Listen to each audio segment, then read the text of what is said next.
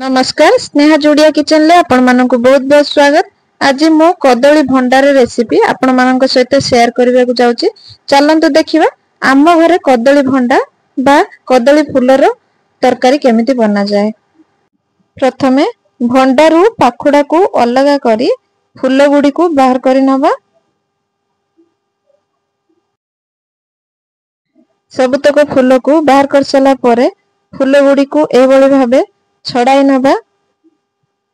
फूलर यही अंश को बाहर न कले फूल गुडी को खाई परिबा नाही, बहुत कषा लागिबो।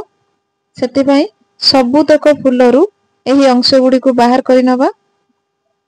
यहा को कोन कोहा जाय मते जणा नाही, आपण माननको जदि जणा थिबो कमेंट रे निश्चय कहंतु।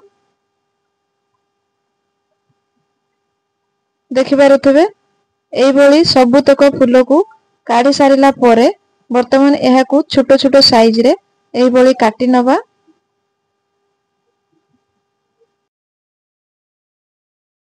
सबुतक भंडा को एई भली छोटो साइज रे काटी सारला परे कढ़ाई रे गोटे ग्लास पानी दबा एवं काटी रखिथिबा भंडा को सेथरे पकाइबा।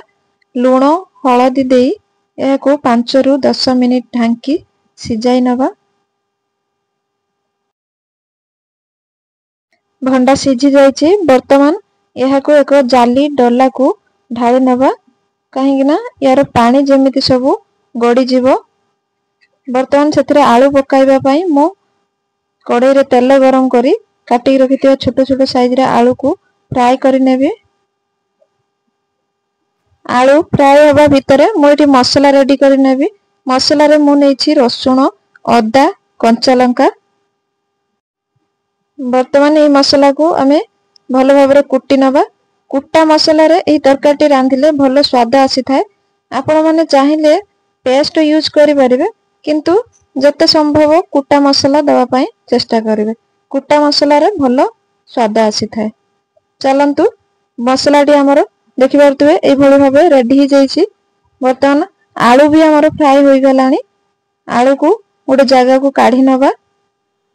एठी देखि पारुथिबे भंडारू पानी सब गड़ी जाइछि। जदि किछि पानी बंची जाइतिबो ए भली चिपुडी भंडारू पानी सब तक को काढी देबा। एही तरकारी खाइबा को तो बहुत भल लागि थाए, बिल्कुल छतु तरकारी भली, किंतु एहा को बनेबा को भी बहुत टाइम लागि थाए। चलंतु सेही कढ़ाई रे वर्तमान तेल गरम करि नबा।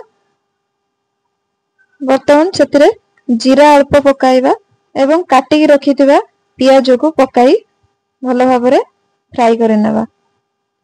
पियाज को गोल्डन ब्राउन होबा जाय फ्राई करबा। पियाज फ्राई होई गला परे छेची की रखिथिबा मसाला को पकाई 2 रु 3 मिनिट एई भली फ्राई करे नबा।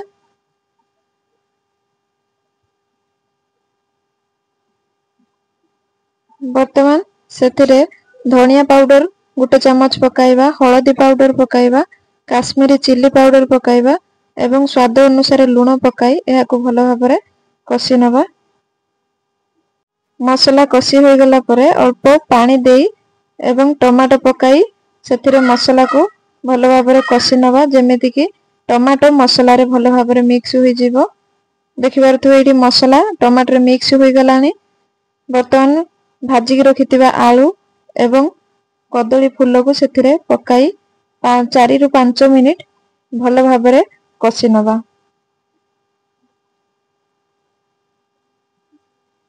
यह को कसिला पळे गैस रे फ्लेम को मीडियम रे रखिबा। एगो 4 रु 5 मिनिट भलो भाबरे कसी सारिला परे काटी रखिथिबा धनिया पत्र पकाई यह को मिक्स करि नबा। वर्तमान रेडी हे गला हमर भंडा तरकारी बा कदली फूल तरकारी। आपण माने निश्चित रूपे यह को ट्राई करंतु एवं केमिति लागिला कमेंट बॉक्स रे जणाइबा को भूलंतु नाही। धन्यवाद।